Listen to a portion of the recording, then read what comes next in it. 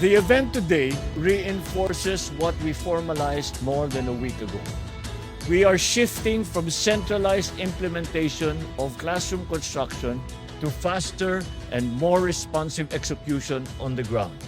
Sa pamamagitan ng Memorandum of Agreement na nilagdaan ninyo ngayon, binibigyan natin ng mas malaking papel ang mga lungsod ng bansa.